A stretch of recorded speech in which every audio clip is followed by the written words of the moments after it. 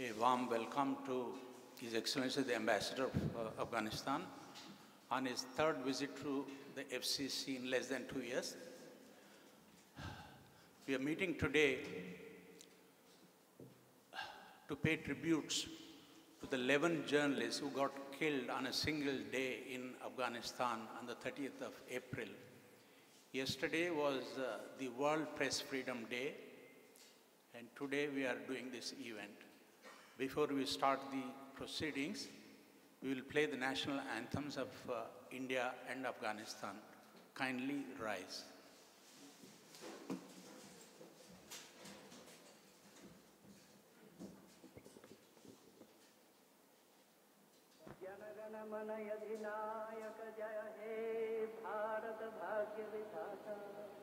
पंजाब सिंध गुजरात मराठा द्राविड़ उत्कल बंगा विंध्य हिमाचल जमुना गंगा उच्छल जलधि तरंग तब शुभ नामे जागे तब शुभ आशीष मांगे गाहे तब जय गाथा जनगण मंगलदायक जय हे भारत भाग्य विधाता जय हे जय हे जय हे विधाता जय हे जय हे जय हे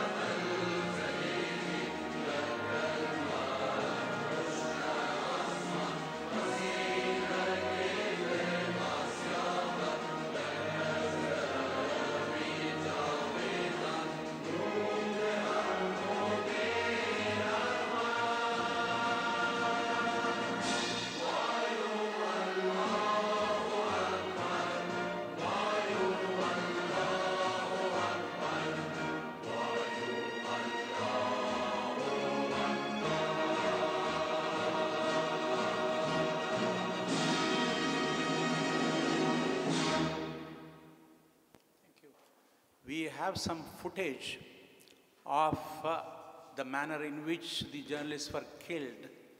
You know, there were 2 suicide attacks that day. So when the journalists heard about the first attack, they went to cover the event, and then they got killed by a suicide bomber who, pretended to be a journalist. We will now show you the footage.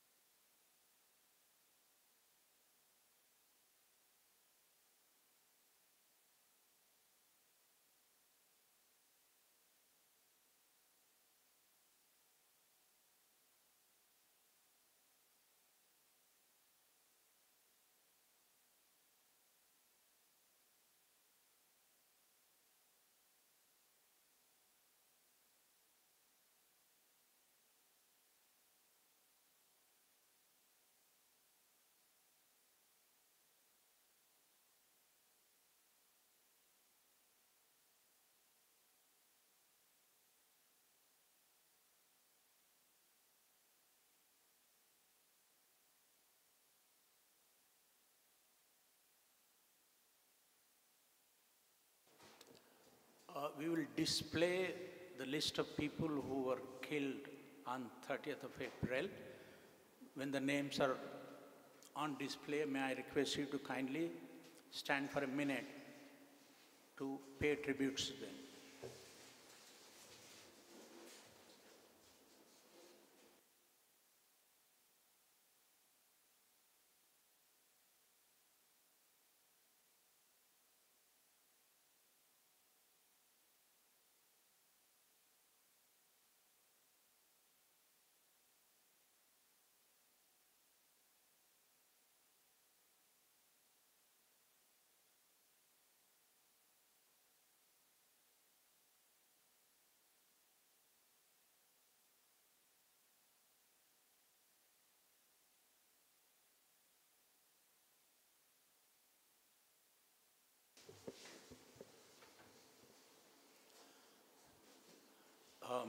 This is the first event the FCC is doing in collaboration with South Asian women in media.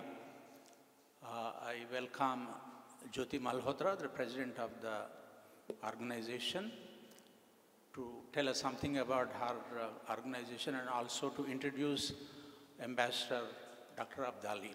Thank you. Thank you so much, Venkat, and thank you so much to you and to the FCC for doing this.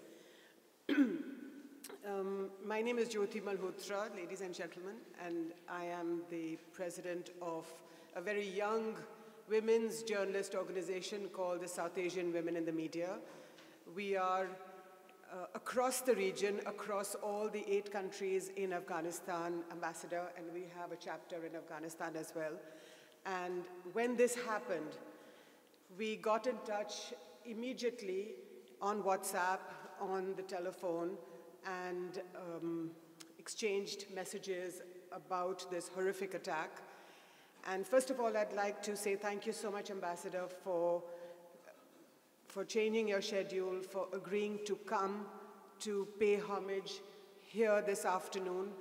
It's been a horrible tragedy not only for Afghanistan, but really for all of us, because it's us journalists who are on the front lines, whether it's Kabul or elsewhere across the region. We know that inside India as well, freedom of the press is under attack in many different ways. But today we are here to pay homage to our colleagues who died in the line of duty in Afghanistan. And of the 9 killed, ladies and gentlemen, you know that one of them was a woman journalist. And it doesn't really matter whether she was a woman and the other 8 were men. And of course, there were 2 others in Khost and Kandahar who were also killed on that day. And I think this death toll of 11 people on the 30th of April is perhaps one of the worst that we've had in this region. So I just would like to read from a Facebook post that a woman journalist from Tolo News in Kabul and one of her colleagues was also killed in this ghastly attack. And if you just, and this woman journalist's name is Farnaz Forotan. So if you just look at her Facebook profile, her Facebook timeline, and there's this very moving picture of this young man who was killed. And there is his wedding ring in a plastic cover. So this young man was going to be married in a few days. So, you know, just how ephemeral life is, and especially in the line of duty. So I'd like to read from Farnaz's post. It's just a few lines. An incident doesn't begin with the explosion. It begins with the cries of a mother, a sister, a wife at a home where a man who left alive in the morning is brought back in a coffin 3 hours later, his body blown to pieces. All those who were blown to pieces today were men and women of work, from a generation full of dreams, a generation blown to pieces by suicide bombings.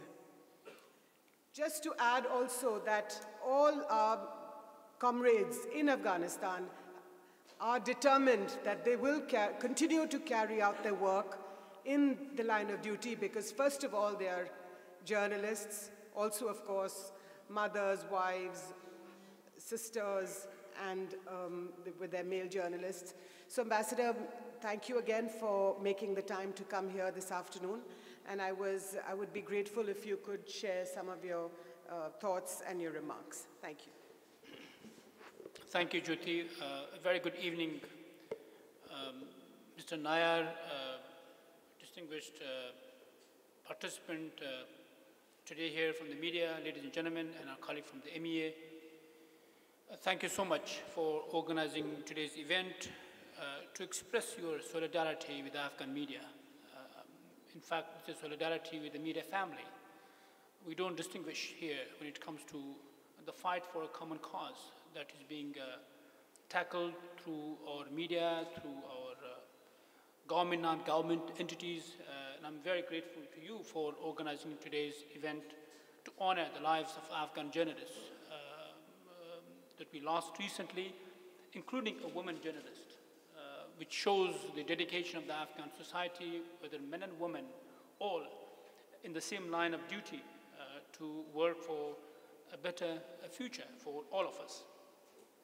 As you all know, as I said earlier, this is a media family, a media all over the world, work in dangerous places, including Afghanistan.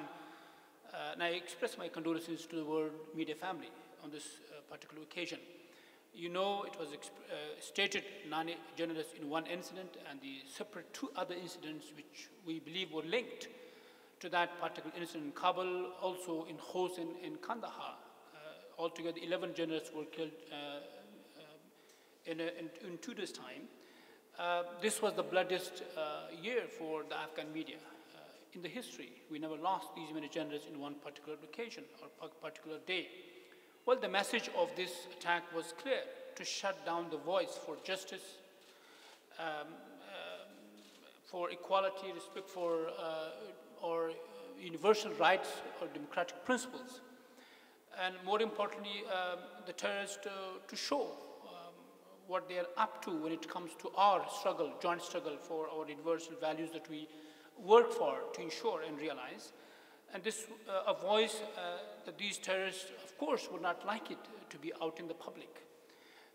This was an attack on global media, not only on the Afghan media, because the media all over the world work for the same cause. And more importantly, an attack on the Afghan youth, the brightest of the Afghan youth that we luckily have had in the last 16 years, including those who work in the media. So this was an attack, combined all these components of the situation that we deal with. And of course, at the same time, it reveals the fact that Afghanistan's media has made a great progress to discover the ground realities on all sides, whether this is a government or non-government. This, at the same time, shows how much fear has been created by the Afghan media when it comes to global challenges that are being tackled by the Afghan media. Well, as you know, Afghanistan has made a lot of achievements in this field when it comes to freedom of media, freedom of expression in Afghanistan. As you know, in 2001, when we came, there was almost no media. There was one radio that was called the Sharia radio, which would only speak about the religious affairs. And Afghanistan began almost from zero, the reconstruction of Afghanistan, and part of that reconstruction was to rebuild and build a vibrant media that we have today, luckily, that is matching its quality almost with the entire world when it comes to the work they're doing in Afghanistan. The era that began in 2001 provided the Afghan youth, the Afghans, a great opportunity to practice their freedom and freedom of expression, and that could only be possible through the vibrant media that we have today, and including the 11 journalists that we lost recently. You all know Afghanistan, from almost no media, today has more than 100 TV channels in Afghanistan and more than 300 FM radios. At the same time, over 1,000 print media outlets in Afghanistan. This is an achievement of the last 16 years only that we made in Afghanistan. As you all know, Afghanistan's constitution, Article 34, allows freedom of media. I believe the freest of the region. That's what we've experienced, the Afghan media, how free it is, and that has been ensured by the Afghan constitution. At the same time, we see this almost a fourth pillar of the Afghan state right now, how much responsibility lies on the media in terms of the achievement that we have had in the last 16 years, and media's role has been significant in terms of the media and the coverage to all sides in Afghanistan, whether this is government or after the government, and all parties engaged. At the same time, the last 16 years, as I said earlier, we have a reservoir of talent in Afghanistan, including in the media. Thousands of Afghan journalists have been trained, and you have encountered them when they come to India. I think they're doing a great job in Afghanistan, and of course for the media cause regionally and globally. In telecommunication, the internet as a whole, the progress we made in the 16 years, almost literally no telecom and internet service. Today we have access to, the people in Afghanistan, about 20 million have access to mobile services, and at the same time, almost all cities have access to internet. This is all the achievement and the work of the people or the stakeholders engaged to ensure a better media, and the media that we have today is the result of the 16 years long effort that we've been able to realize. Afghanistan government particularly focused on the protection of the Afghan media. We have given all efforts in place to ensure that we provide better protection to the journalists, but as you all know, the media job is a very dangerous job, and they go to all difficult spots, and therefore it's obvious they tend to face difficulties and problems that we see nowadays, and of course a few days back. The Afghan media has a mass media commission, which has a lot of freedom. The government has passed a law which entitles the media to have access to all government information. This is what the Afghan government on its part has done for the media. The way it has been nurtured, the way it has been flourished in the last 16 years is what the Afghan government has facilitated in the last 16 years to ensure that kind of free media in Afghanistan. Well, obviously, the challenges are still there, as the case that we discussed today, where terrorists attack the journalists, and of course they attack the common people and the government and other segments of the Afghan society. And journalists, of course, are part of that challenge.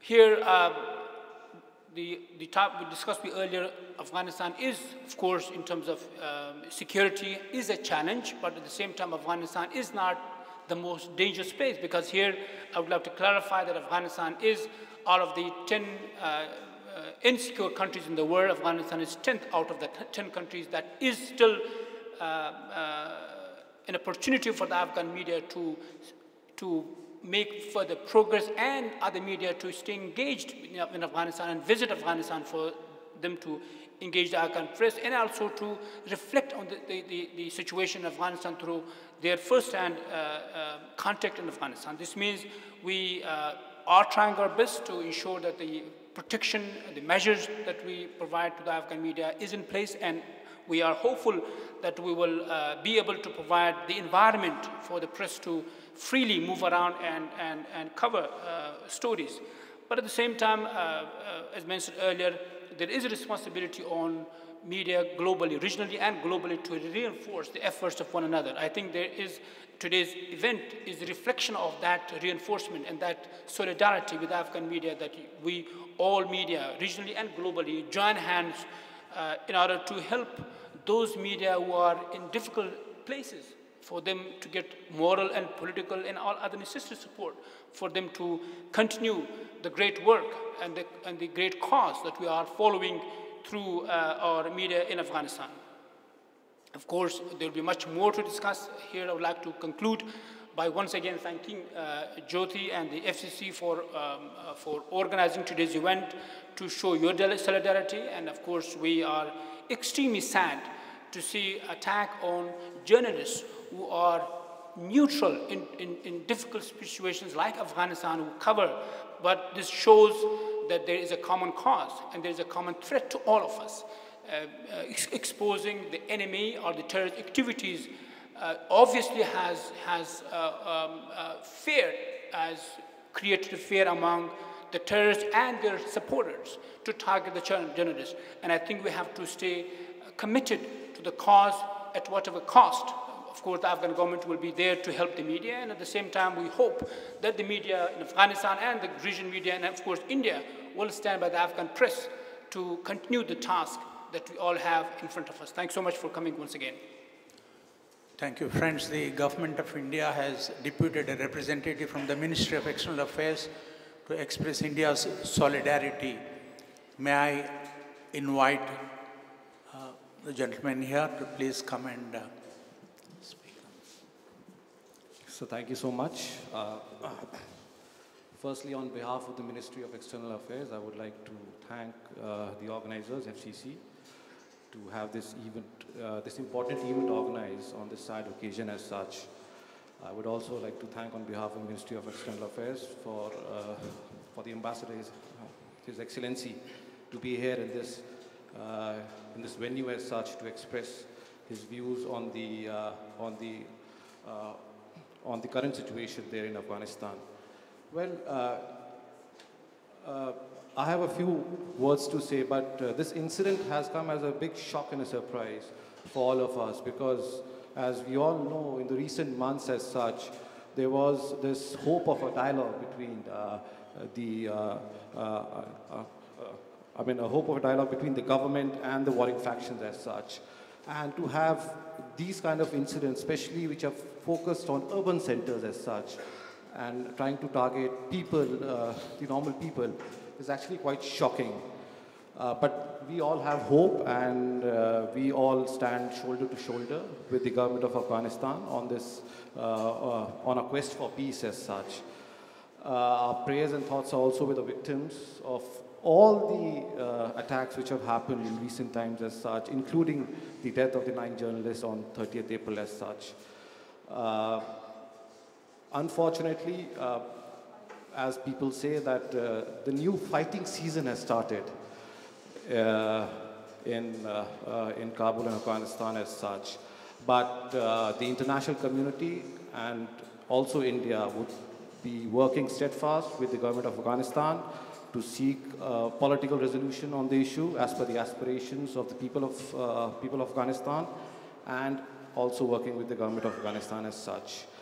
Journalists, this incident has shown that our colleagues from the media are right in the center of conflicts as such, and the important role they play as far as upholding the principles of free press, democracy, and rule of law as such.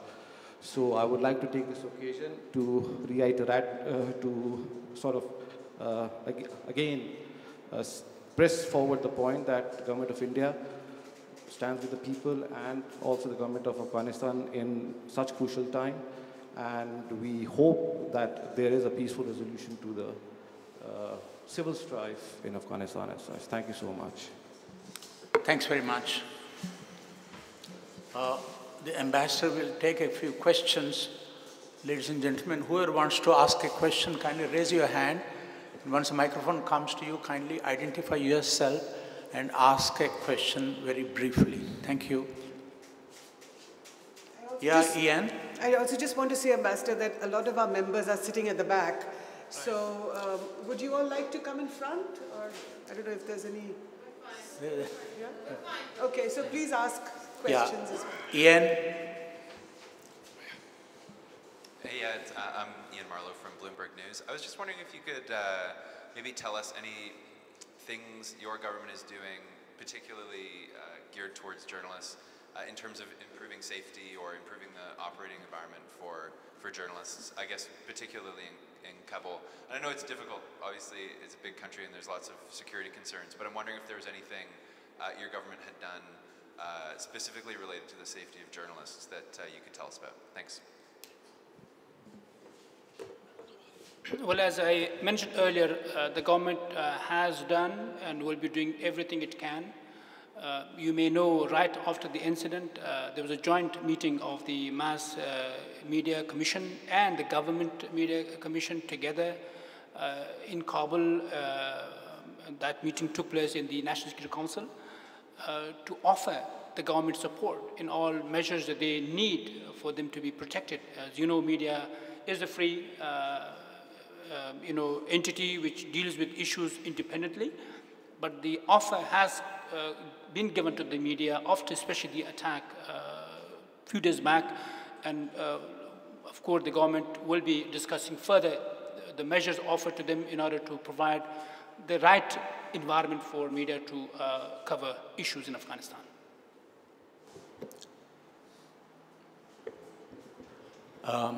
Ambassador, in Wuhan, Prime Minister Modi and President Xi Jinping have announced that they want to undertake a joint project in Afghanistan. Where exactly is this going to be, and how do you think this will fit into the efforts, international efforts, particularly by neighbors of Afghanistan, to assist you? And what do you think about Pakistan's reaction to India and China joining hands to work in your country? Thanks. Well, we fully welcome and support the joint ventures in Afghanistan by China and India. That has been our quest for years, to ensure that we have a regional consensus and a regional support for Afghanistan's stability and peace and development. We look forward to the joint project to be implemented. We hope that this will lead to all other parties and all other neighbors in the region to support such regional economic projects in Afghanistan. As you all know, unfortunately, Afghanistan is being affected by issues that are in the region between neighbors, and we really want tensions to be finished and be tempered by such actions and such initiatives that was just announced a few days ago. And we hope that all, including Pakistan, will support such initiative, because the result of this initiative will be peace and stability. Those who say no to such effort will simply be questioning their will and their intentions towards Afghanistan. Rashmi Saxena. Sir, I'm the editor for the Hitwad newspaper, and I'm a member of this newly founded organization, the South Asian Women in the Media. See, when incidents like this happen, everybody does talk about intelligence gathering. And there is a great relationship, as far as I understand, between India and Afghanistan on intelligence sharing. And maybe this was, I don't know whether it was lack of intelligence sharing, or was it just not enough intelligence pouring in? In the same context, would you also like to tell us how it works with India as well as with Pakistan and Afghanistan? Intelligence sharing. Thank you.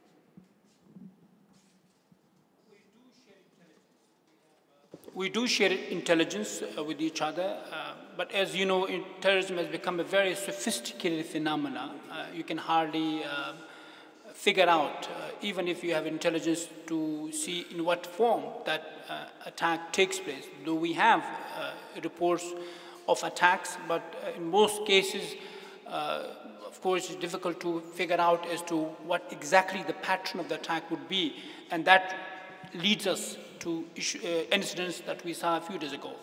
And again, it is the work of intelligence agencies, and we hope that our intelligence agencies will build on such failures and correct the measures and intelligence gathering in a manner that will stop future incidents, the one we saw a few days ago. Siddhan. So, in Afghanistan, there's going to be elections now. Use the microphone, please. My name is Narayanan from German television. Basically, more and more areas are under Taliban these days. Even the Kunduz is very difficult to travel now, even Mazar-e-Sharif and all other places. So how do you see, how are you going to organize this election this time? Well, as was mentioned earlier, despite the unprecedented peace offer given to the Taliban, recently the spring offensive was announced. That is what we are looking at or seeing the situation.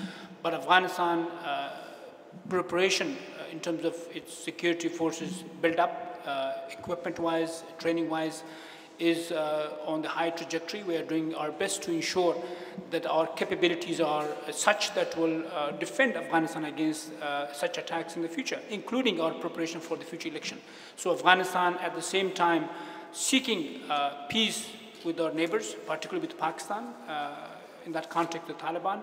But so far, as you all know, we have not seen any, green signal to say that there is willingness to resolve the issue politically. That would mean that Afghanistan will build its own capacity, the security forces, the training, and so on, in order for us to go on both directions, as we have the strategy, which is to seek peace and at the same time build up our own security forces. So Afghanistan is confident with the plans in place, with the 4-year security long-year plan that will ensure Afghanistan's forces to be more equipped, stronger than they are today. That will result in convening elections, hopefully peacefully. Siddhant. Maya? I think Maya wants to Maya ask. has a question? Yeah, Maya, why don't you go ahead? Yeah. Give the microphone to the lady.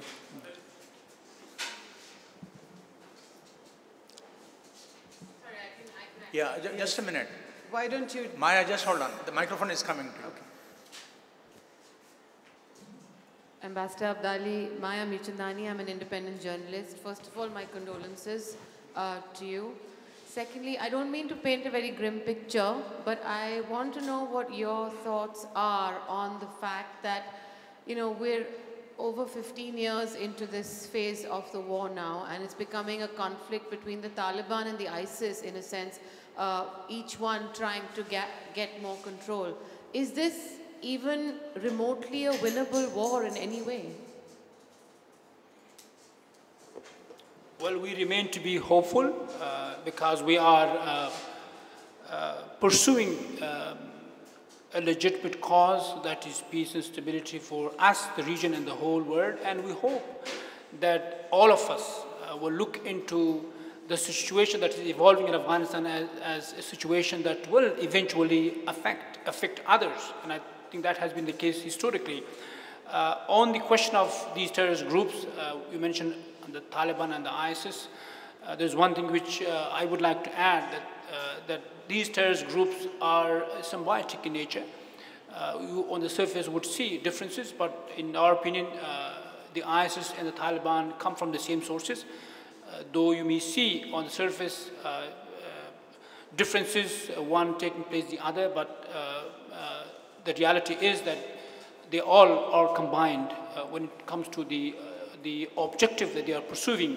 And we hope that our neighboring countries will not be divided between the Taliban and the ISIS.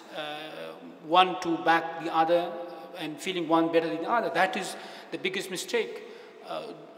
Those who distinguish in terms of the terrorist groups in Afghanistan. We hope that all our neighbors will stand up to one common cause, that is to fight terrorism in all its forms. Siddhant. So my question on connectivity, India and Afghanistan, a lot of connectivity projects, the India-Afghanistan air corridor. Any update on that? And especially on Chabar, there are reports that most of the Afghan goods are now going through the Chabar and not through the Karachi port. I mean, can you just clarify or give us an update on that? Yeah, part of the many achievements that we have made, the recent one is the connectivity, and we're very happy and grateful to India and Iran, especially to make the Chabahar a reality. As you all know, it has been operational for a couple of months now, and the first shipment of wheat went through successfully from India to Afghanistan through Chabahar. Obviously, this has helped Afghanistan and India to diversify our connectivity routes. I think Afghanistan is no longer to be called a landlocked country or a country that is dependent on one single source of trade and business. Afghanistan has already diversified its trade links, including the Chabar port, and we hope that we will make further progress to fully operationalize Chabar so that the entire regional business is conducted through Chabar port. And of course, we see a lot of interest from many countries around the world. As a matter of fact, recently the China-India initiative was announced, and I had a very substantial meeting with the European Union envoy for Afghanistan here in Delhi a few days back, and I think they've also had a meeting with the Indian government. They're also interested to engage India on Afghanistan. So there are many other partners regionally and globally to work together with India with regard to peace and development in Afghanistan. Ambassador, I'd like to ask a question, if I may. It's to pick up on Maya's question about it's been 15 or 16 years now that the war has been going on. Do you think that you should talk to the Taliban and come to some sort of a solution to end the war? Well, we have a two-pronged approach. One is state-to-state relationship with Pakistan, and the other one is our engagement with the Taliban.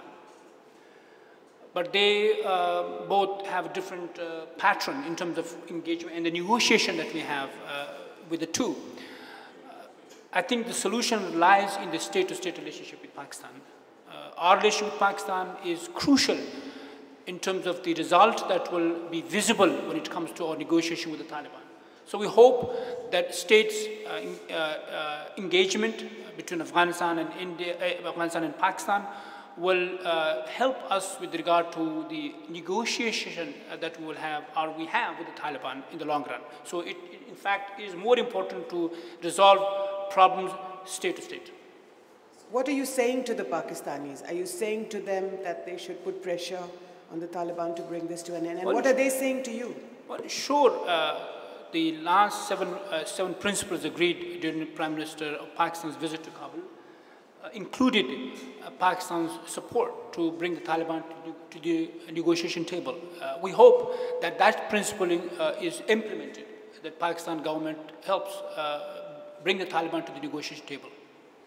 Sir, I'm Ayush Garg from Yan Express. So with President Ghani's offer for unconditional talks, that's only met by more bloodshed after incident after incident. So can we assume that the talks are now dead, or what is the status of those talks that President Ghani proposed? And a follow-up question would be that now that the spring offensive has begun and both ISIS and Taliban are vying for more power to more deadly attacks, are you prepared for a greater, casualty count this year compared to the previous years? And are there any additional measures you've taken in terms of security? Well, the peace offer was given to the Taliban and those who backed them was out of our principle for peace with all our neighbors, particularly with Pakistan. But as you know, the response has been not so useful so far and helpful. But we will not give up on peace offer in terms of the outcome that we seek in Afghanistan. But that also does not mean that we will compromise our national interests when it comes to our relationship with our neighbors. We hope that Afghanistan resolve is not further tested. Afghanistan and the people of Afghanistan are determined to defend their sovereignty and their national interests. And we hope that, that the peace offer which has been extended to the Taliban is reciprocated by support, not further provocation to confront with the Taliban. Ambassador, the air corridor between India and Afghanistan, which was announced when your president was in India a few months ago, how is it working? And has it made any difference to the trade? And what are the cities which connect India to Afghanistan? And do you have any plans to expand it? Has it led to an increase in bilateral trade between our two countries? Thanks. It does. It does. It was another very important step to take to diversify our trade links with India. We have trade link through road and sea and now by air with India. And I think this is going very well. Between Kabul and Delhi, flights almost a week. And we've also added Mumbai, and we will be adding Amritsar and Hyderabad in the future. So it's doing very well. The trade volume is almost now $1 billion with India. And of course, the target is to increase. As I mentioned earlier, we're no longer dependent on one single source of trade. Someone mentioned the trade with Pakistan. Yes, it was more than $2 billion at some point. Today it is around $500 million.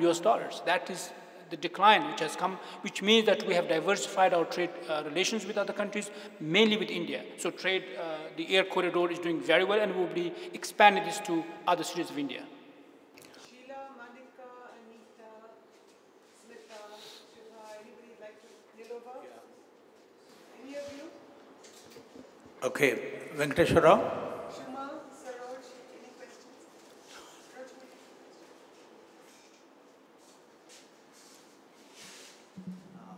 Good evening, Ambassador. My name is G.V. Rao. I'm an advocate of Supreme Court. I'm also an advocate for freedom of press. Just to know better, would you like to throw some light as to which group or who was responsible for the attack on the journalists? And was there any specific agenda for targeting them? Because we've not heard about that. Thank you.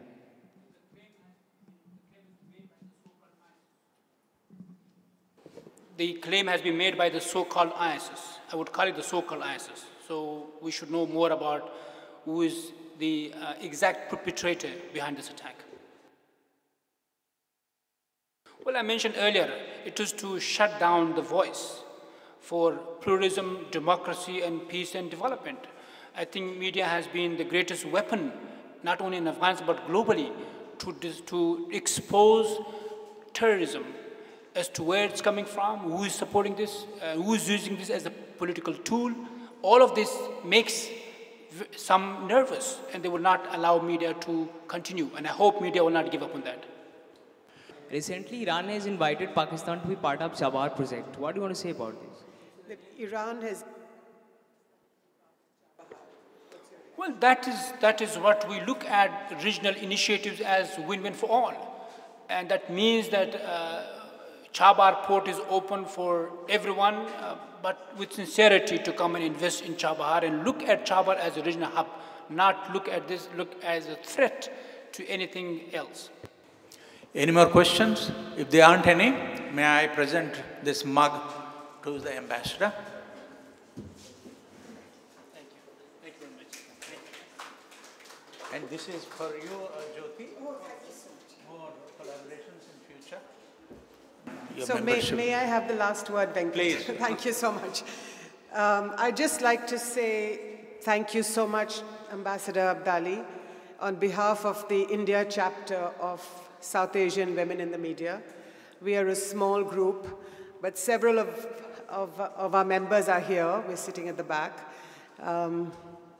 I really appreciate the fact that you altered your schedule and came and spoke to us this afternoon, your words of homage to our journalist comrades in Afghanistan, and our determination that we will not stop reporting the story, analyzing the story in print, on television, on the website, on radio, across all media. That is our promise to each other. And I think in this grim week, I think on behalf of all of us, I'd like to also add my words of tribute and homage. And thank you to you, Vishwesh. Please, on behalf of the South Asian Women in the Media, please thank the Foreign Secretary for his message and to send you here. Thank you so much, ladies and gentlemen. Thank you for coming.